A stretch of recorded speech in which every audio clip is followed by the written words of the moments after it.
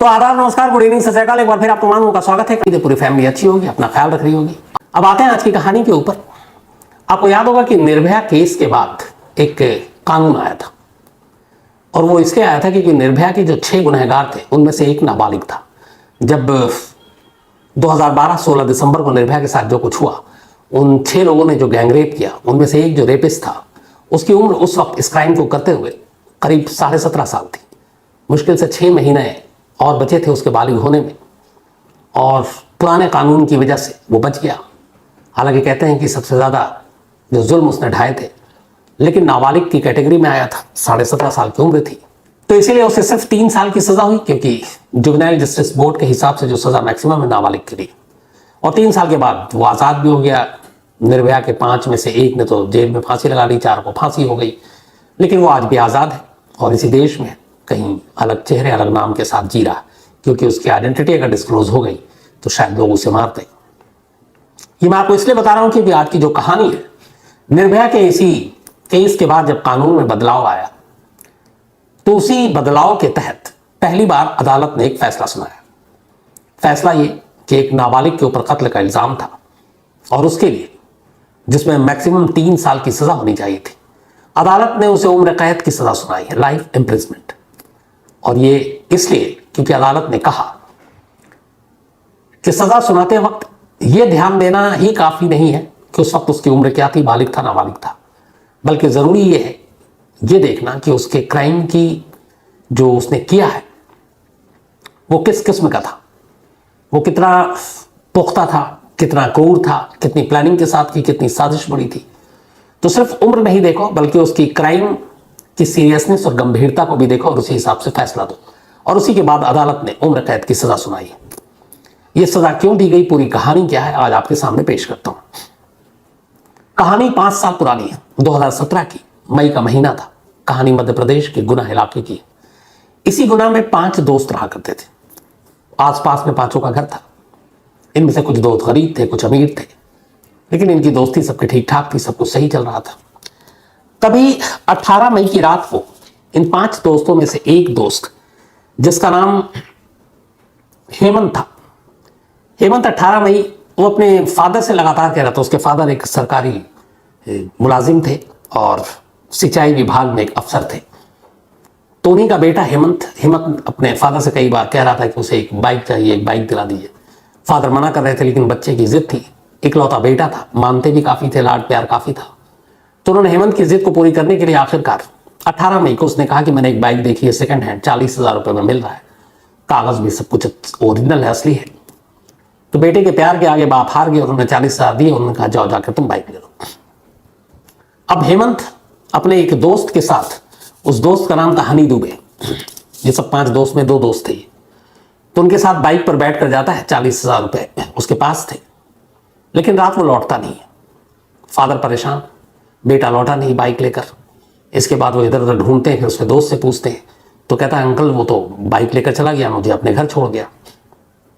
अब उन्हें बड़ी फिक्र होती है, इधर उधर पूछते हैं, कहीं हेमंत का सुराग नहीं मिलता। आखिरकार वो पुलिस स्टेशन पहुंचते हैं और पुलिस में जाकर रिपोर्ट लिखा देते हैं कि मेरा बेटा 40,000 रुपये लेकर निकला था, उसके बाद से उसका कोई सुराग नहीं मिल रहा है। अब पुलिस रिपोर्ट तो लिख लेती है, लेकिन वही ये शुरुआत में कि कहीं इधर उधर होगा, 40,000 लेकर गया, घूमने निकल गया होगा, नई बाइक ली है। ये सब चीज चलती रही। अगला दिन आ गया 19 मई 2017। अचानक हेमंत के फादर के मोबाइल पर एक कॉल आता है, और हेमंत के ही मोबाइल से, और कहते हैं कि तुम्हारा बेटा हमारे पास है, 50 लाख रुपए दे दो तो उसे छोड़ देंगे, वरना जान से मार देंगे। हेमंत के फादर घबरा जाते हैं, वो डन कर लेते हैं कि ठीक है हम पैसे दे देंगे। लेकिन फोन को रखते ही वो सीधे पुलिस स्टेशन पहुंचते और जाकर सारी बात बता देते हैं। अब पुलिस थोड़ी परेशान होती कि यह मामला किडनैपिंग का है। जो हेमंत के फादर के मोबाइल पे फोन आया, उन्हीं के बेटे के नंबर से किया गया था। पुलिस ने जब ट्रेस किया तो पता चला कि ये नंबर इंदौर का है, कॉल इंदौर से किया गया। पुलिस की फौरन एक टीम को इंदौर रवाना कर दिया गया। अब इधर पुलिस छानबीन कर रही है, पुलिस सारी चीजें पता कर रही है। पता चला कि इसमें से 5 दोस्त थे, एक दोस्त तो साथ में था, बाकी 3 भी टच में थे। पुलिस ने हर दोस्त से पूछताछ की। अब उनमें से एक दोस्त नहीं मिल रहा था, और वो था ऋतिक। पुलिस को लगा कि ये ऋतिक कहाँ है। फिर पुलिस को लगा कि हेमंत उसका दोस्त है, उसी के पास उसका फोन, कहीं ऋतिक ने तो कुछ नहीं किया। अब ऋतिक जो है वो शक के घेरे में। पुलिस ने कहा कि ऋतिक का गायब होना, हेमंत का नहीं होना, हेमंत के मोबाइल से कॉल आना और इंदौर से कॉल किया जाना, और सारे दोस्त तो मौजूद हैं, ऋतिक गायब है। अब दोनों पॉसिबिलिटी है, ऋतिक भी हो सकता है उसके साथ गायब हो गया हो, या ऋतिक ने ही गायब किया और फिर ऋतिक गायब हो गया। खैर, पुलिस अपनी तफ्तीश कर रही होती है, ऋतिक के ऊपर शक है। लेकिन तभी 19 मई को अचानक इसी गुना के पास एक जंगली इलाके में एक जली हुई लाश मिलती है। किसी राहगीर ने खबर की पुलिस को, पुलिस पहुंचती है। लाश पूरी तरह से जली नहीं थी, लाश की शिनाख्त हो गई। पता चला ये लाश ऋतिक की है, जिसको लेकर पुलिस शक कर रही थी कि शायद हेमंत की गुमशुदगी में इसका हाथ है। अब ऋतिक की लाश मिलने से हड़कंप मच गया। पुलिस को लगा कि जिसके ऊपर शक था उसी की लाश मिल गई। हेमंत का कोई सुराग नहीं, ना उसकी लाश मिल गई। अब हेमंत के घर वाले भी घबरा गए कि उसके एक दोस्त की लाश मिली है। अब इधर पुलिस परेशान इन्हीं चीजों को लेकर, इन्हीं सवालों को लेकर। हेमंत का कोई सुराग मिल नहीं रहा है। अब पुलिस फिर दोस्तों से पूछताछ करती है, क्योंकि सारे दोस्त बड़े करीबी थे, आपस में एक साथ रहते थे। अच्छा, इन 5 दोस्तों में से जो हेमंत था वो 9वीं पास था। लोकेश जो था वो 10वीं के बाद स्कूल छोड़ दिया। ऋतिक जो था वो 10वीं के बाद उसने भी स्कूल छोड़ दिया। हनी दुबे जो था वो भी 10th में था, और एक और दोस्त था। ये जो 5वां दोस्त था ये सबसे ज्यादा पढ़ा लिखा था। तो पुलिस अपनी तफ्तीश कर रही है। एक लाश मिलने से यहाँ गुना में हड़कंप मचा हुआ है, इधर उधर ढूंढ रही है। अब पुलिस शक कर रही है बाकी बचे 3 दोस्तों पर कि कुछ ना कुछ गड़बड़ है। अच्छा, इत्तेफाक से हुआ ये कि जो ऋतिक की जब लाश मिली तो उसके थोड़ी दूरी पर ही एक फोन भी मिला, और वो फोन हेमंत का था। अब यहां पे कहानी में ट्विस्ट कि शायद इंदौर से फोन करने वाला वाकई ऋतिक था, वही रैंसम मांग रहा था। तो अब ये हुआ कि ये अकेले तो हो नहीं सकता, और भी दोस्त तो शामिल नहीं है। तो अब रडार पे आते हैं ऋतिक के बाद एक तो हनी दुबे जो उस रात बाइक पे सवार था, और इसके अलावा एक लोकेश लोढ़ा नाम का दोस्त इनका। अब पुलिस हनी दुबे और लोकेश लोढ़ा से पूछताछ करती। दोनों बताते हैं कि अंकल हम तो, उसने बताया कि मैं उस रात गया था 18 मई को, लेकिन उसके बाद बाइक लेकर वो चला गया, मैं अपने घर आ गया। लोकेश ने कहा मुझे कोई जानकारी नहीं, मेरी मुलाकात नहीं हुई। लेकिन पुलिस ने इन लोगों पे कहा कि कुछ ना कुछ शक है। अब 19-20 मई की तारीख आ गई।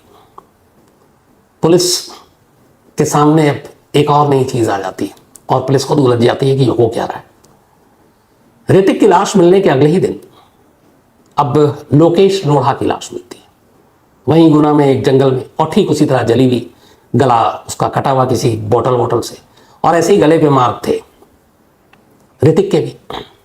तो कत्ल का तरीका एक था, लाश मिली। अब पुलिस परेशान, और पुलिस के सामने दिक्कत ये कि जिन जिन पर शक हो रहा उनकी लाशें मिल रही हैं। ये मामला क्या है, माजरा क्या है।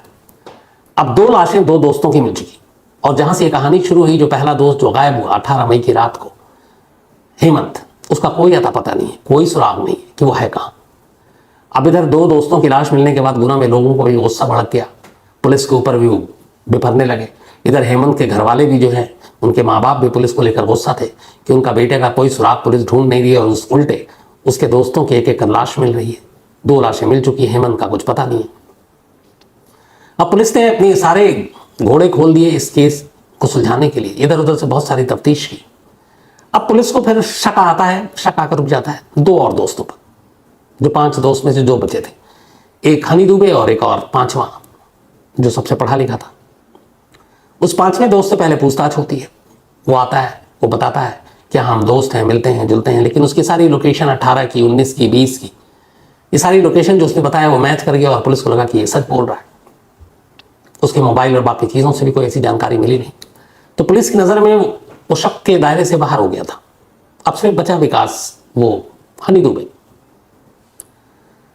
अब ये नाबालिग, लेकिन आखिरी वक्त में हेमंत के साथ यही, पुलिस ने उससे पूछताछ की, उसने फिर वही कहानी दोहराई, कोई सुराग नहीं मिल रहा।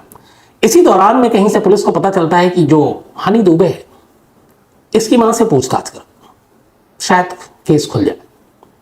पुलिस ने हनी दुबे की मां की अब प्रोफाइल और मां की सारी चीजों को चेक करना शुरू किया। पता चला कि उसकी मां पावरफुल है, बड़े बड़े लोगों का आना जाना है, कई बैड जो एलिमेंट्स हैं क्रिमिनल, उनका भी उनके घर पर आना जाना है।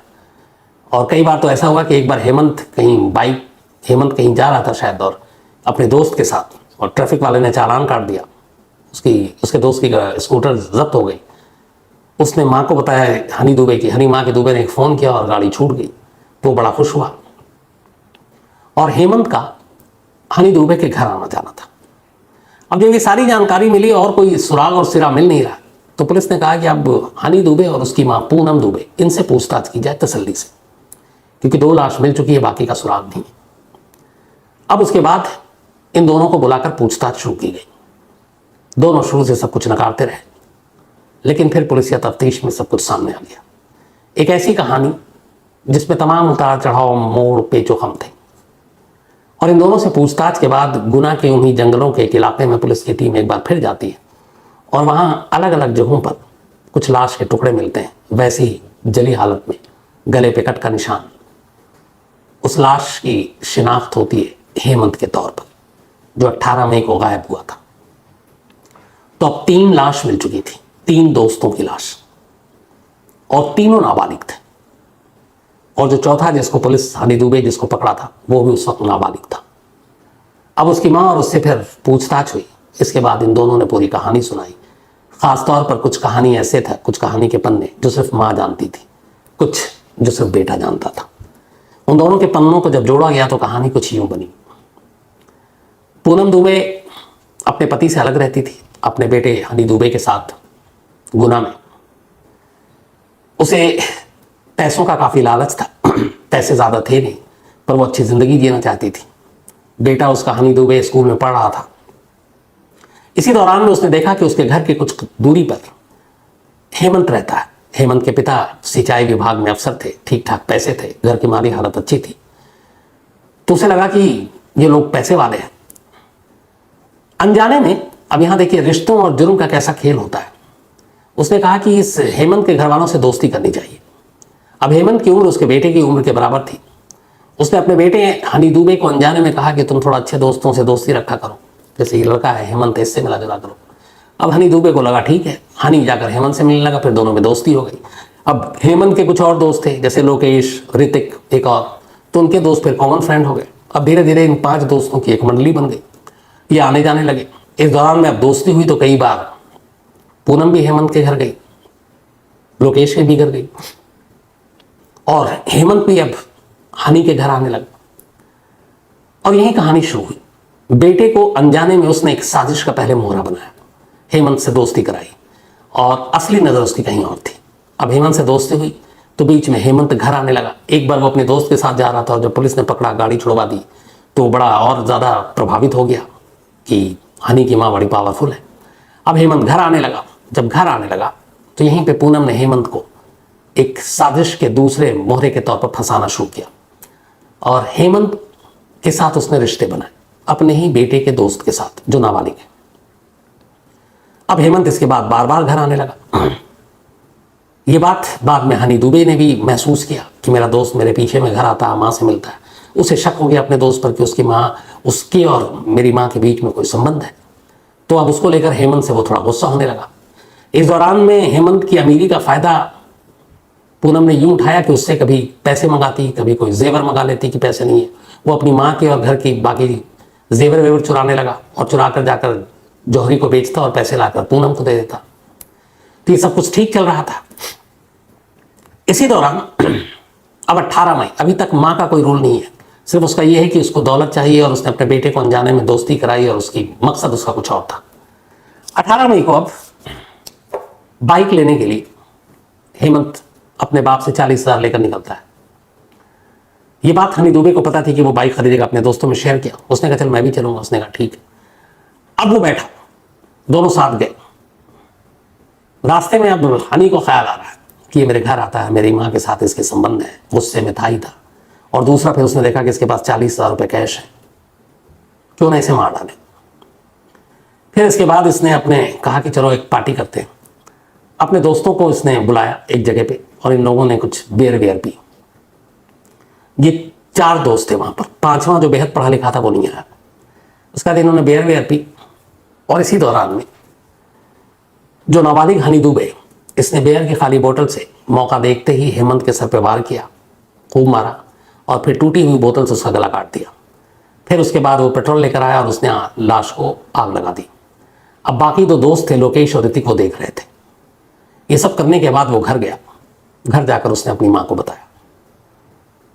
पैसे भी उसके पास थे 40,000। अब यहां पे एक अच्छी माँ का फर्ज ये था कि पहले तो वो पुलिस को इन्फॉर्म करती, बताती कि उनके बच्चों ने क्या जुर्म किया, लेकिन अब माँ कहती कि कोई बात नहीं, अब यहाँ से आगे का रास्ता मैं दिखाऊंगी। तो इसके बाद वो फिर से कहती कि उस लाश को ठीक से जलाना है और पेट्रोल लेकर बोलती जाओ। और सब कुछ करने के बाद अब वो जो बाकी दो दोस्त और हैं उनसे कहती है कि अब तुम लोग अपना मुंह मत खोलना, ये मर चुका है पता नहीं चलेगा, लेकिन हम इसकी लाश से भी और पैसे कमा सकते हैं। अब हम इसके बाप को फ़ोन करेंगे और 50 लाख रुपए रैंसम मांगेंगे फिरौती। उसके बाद वो ऋतिक को हेमंत का मोबाइल दे देती है और कहती तुम यहाँ से निकलो और इंदौर जाओ। और ये सारी चीज़ें दरअसल उसके दिमाग में कि कहाँ से कॉल करना है, कहाँ पे लाश फेंकनी है, कब फ़ोन करना है, फ़ोन को कहाँ रखना है, ये सब सीरियल देख देख कर आइडियाज़ आए थे, खासतौर पर क्राइम पेट्रोल और सावधान इंडिया। तो उसके बाद उसने ऋतिक को भेज दिया इंदौर। वो इंदौर जाता है और इंदौर जाकर हेमंत के बाप को फ़ोन करता है और कहता है कि हेमंत हमारे पास है 50 लाख रुपए दे दो। वो पुलिस में पहुंच जाते हैं। फ़ोन करने के बाद अब ऋतिक वापस लौट आता है गुना। वापस आने के बाद इधर जब वो लौटता है, लोकेश जो इनका दोस्त है अब वो कहता है कि सुनो, मुझे तुम लोगों का भरोसा नहीं है कि बाद में तुम पैसे दोगे कि नहीं, इसलिए मुझे अभी पैसे चाहिए रैंसम के, तुम लोग दे दो और वरना मैं पुलिस को सब बता दूंगा। अब जब ये बात हनी सुनता है, उसकी माँ को पता चलता है, तो वो ऋतिक को अपने साथ मिला लेता है और लोकेश को कहता है अच्छा चल मैं तुझे समझाता हूँ। फिर वो लोकेश को जंगल में ले जाते हैं, वहाँ उसको भी शराब पिलाते हैं, बियर पिलाते हैं और लोकेश को मार डालते हैं ताकि वो पुलिस तक ना चला जाए। मारने के बाद उसको भी उसकी लाश जला देते हैं। लाश जलाने के बाद अब ये वापस आ रहे हैं माँ बेटे और बचा आखिरी ऋतिक। अब उन्हें अचानक ख्याल आता है कि 2 कत्ल तो हो चुका, चश्मदीद अब एक ही है बाहरी और वो है ऋतिक। और इधर माँ बेटे हैं, ये दोनों एक दूसरे की पोल खोलेंगे नहीं। माँ बेटे आंखों आंखों में इशारा करते हैं और वापसी में मौका देखते ही ऋतिक पे भी वैसे ही वार करते हैं और ऋतिक को भी मार देते हैं। इस तरह एक कत्ल को छुपाने के लिए 2 कत्ल और करते हैं, कुल 3 कत्ल। और फिर ये लोग लौट आते हैं, लेकिन पुलिस चूंकि शक हो रहा था और आखिरी बार वही था हेमंत के साथ हनी, इसलिए माँ बेटे से सख्ती से पूछताछ होती है और फिर ये सारी कहानी सामने आती है। तो जिस जिस पे शक हुआ उसका कत्ल होता गया। एक कत्ल बेटा करता है, माँ के पास जाता है और माँ उसे आगे का रास्ता बताती है कि कैसे पुलिस को चकमा देना है और वो माँ खुद उसमें शामिल होती है। अब पुलिस जो है 5वें दोस्त को क्लीन चिट दे देती है और हनी दुबे और उसकी माँ पूनम दुबे को गिरफ्तार कर लेती है। मेन अक्यूज बनाती है हनी दुबे को और को अक्यूज पूनम दुबे को। इसके बाद 5 साल तक ये मुकदमा चलता है। 5 साल तक मुकदमा चलने के बाद अभी चंद रोज पहले, कुछ दिन पहले, वहाँ की निचली अदालत का फैसला आता है और निचली अदालत हनी दुबे और उसकी माँ पूनम दुबे को उम्र कैद की सज़ा सुनाती है, लाइफ इम्प्रिजमेंट। चूंकि जब जुर्म हुआ तब हनी की उम्र 17 साल के करीब थी, नाबालिग था, लेकिन अदालत ने अपना फैसला सुनाते वक्त कहा कि जुर्म करते वक्त जो उसने किया, हम सिर्फ उसका उम्र नहीं देखेंगे बल्कि हम देखेंगे कि ये जुर्म कितना गंभीर था। और एक के बाद एक जिस तरीके से उसने 3 कत्ल किए और पुलिस को उलझाने के लिए तमाम साजिश रची, ये एक मैच्योर्ड दिमाग, किसी बच्चे के दिमाग की उपज नहीं हो सकती। तो इसका मतलब है कि वो एक जो हार्डकोर क्रिमिनल है, तो सिर्फ उम्र देखकर हम उसको 3 साल की सजा नहीं दे सकते, बल्कि उस जुर्म की गंभीरता को देखते हुए सही है कि उसे उम्र कैद की सजा दी जाए। और इसी के बाद अदालत ने माँ बेटे को उम्र कैद की सजा दी। तो ये थी कहानी।